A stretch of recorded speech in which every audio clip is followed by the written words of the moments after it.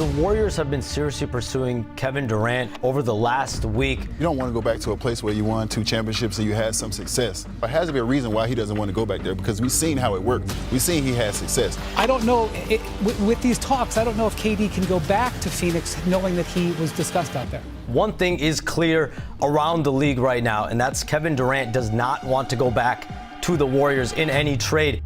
You've had a heck of a 2 weeks here. Coming back to Oakland is something that was sort of floated, and I just wanted to read you this quote from Steve Kerr. He said, "I don't blame Kevin one bit for not wanting to rerun things here. He took so much for like, oh, you're jumping on the bandwagon, and then he's the finals MVP 2 years in a row, and he still gets criticized. Why would he want to face all that BS again?"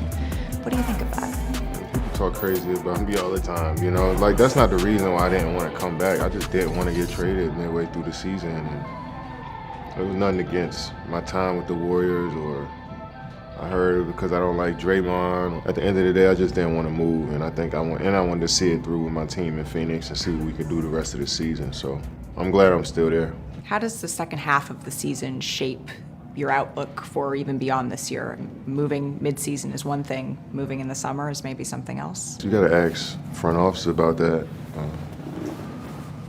I mean, I never planned on leaving and moving, getting traded. I didn't ask for a trade from Phoenix. But obviously, when you pay so much for a team and we're not playing up to our expectation, and somebody has to go, So, you probably should check in with those guys in the front office throughout the rest of the season and see how they feel about the team. I know that I'm going to keep trying to bring my best every single day, and I let the higher-ups focus on what's next. Oh, what a move by Durant. But for those waiting for Kevin Durant to slow down, KD Trey is still a bucket. One of the top 10 players to ever play the game of basketball. You've been a part of big threes, big fours, whatever you want to call them. How do you reflect on what you have built and are trying to build in Phoenix? We expect a lot out of ourselves individually, and it just hasn't materialized the way we wanted to.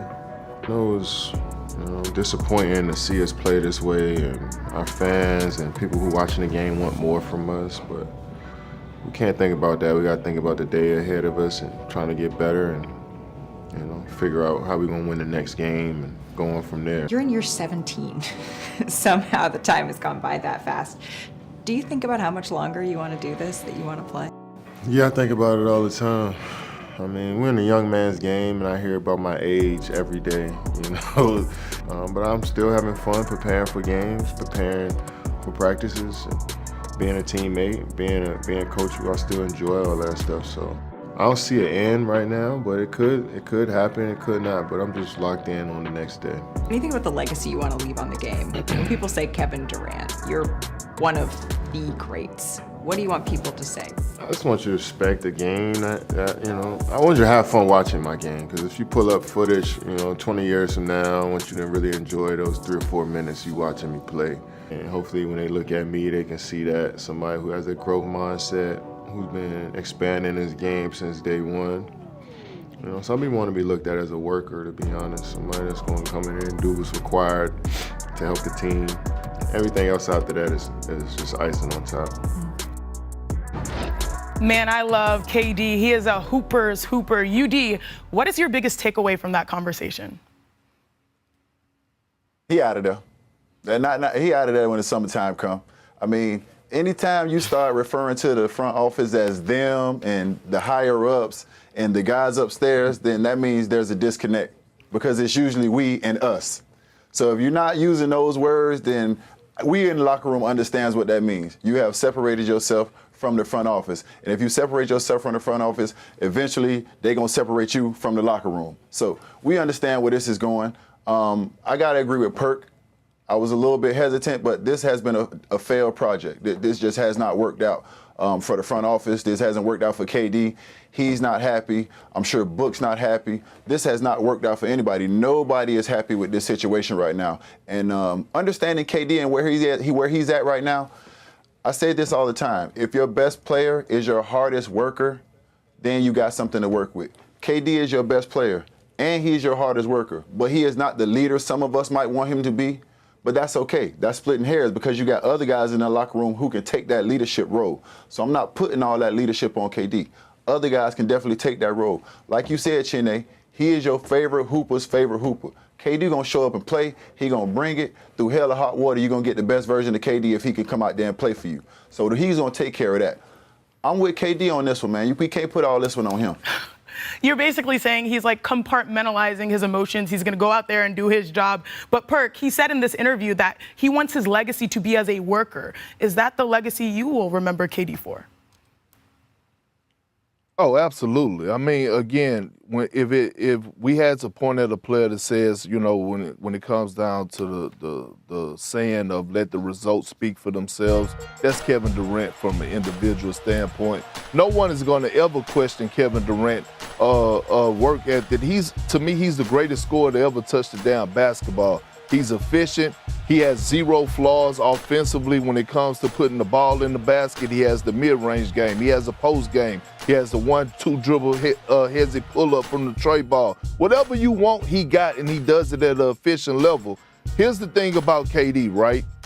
That just because someone challenged you to be a leader, don't run away from it. I've watched Kevin Durant elevate his game from a leadership standpoint when I was at OKC when he was an MVP on the floor. I watched Kevin Durant move to the point forward position and put Serge Ibaka in position to be knocking at the door of potentially being an all-star. That's the year when Russell Westbrook was out. I watched Kevin Durant make me better. Well, my points per game went from 4 points a game to about 11 points a game because he was facilitating. He was on a hell of a run. He was carrying that team. Russell Westbrook was out. He elevated his game both on and off the floor. So when I call KD out and say, hey, I want you to be the leader of this team because y'all have the pieces. You have Bradley Beal. You have Devin Booker. You went out and you got Tyus Jones. You went out and you got Plumlee and the young kid Richards. You got a new coach.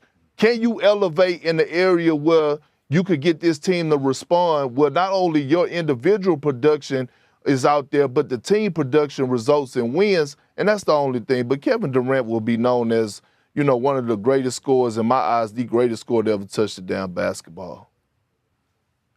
But Perk, if that's Book team and they leaning on Book and he's the guy who's going to be the cornerstone if you was looking to move KD at some point because he was the guy who had some leverage for you, then why can't Book be the leader? If KD is going to be your best player, then why can't Book be the leader? Because in Miami, we believe in leadership at all levels. It didn't just have to be one person. It could be anybody. If they were saying the right thing, then we always get on the right side of that. And that's why when we talk about failed experiment, it's not just on Kevin Durant's shoulders, it's the entire squad. I mean, KD, he's in the 30K club when it comes to points. He's top 8 all time in scoring, yet still the Suns are on the outside looking in for the West play-in tournament. And the amount of star power truly showcases why the postseason in the NBA is so tough to make. The Suns find themselves a game and a half out from the 10th place spot where the Warriors have with 28 games to go.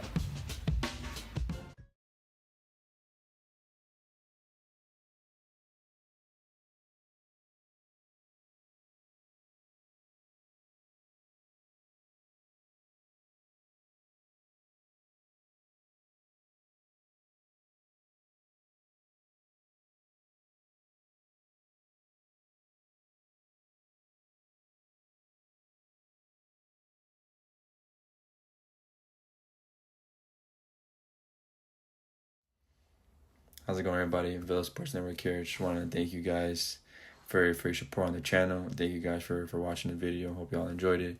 Also want to kind of remind you to don't forget to leave a like on the video, subscribe to the channel, and leave a comment on the video if you like as well. But regardless of the fact, thank you again for your support, and hope to see you on the next video.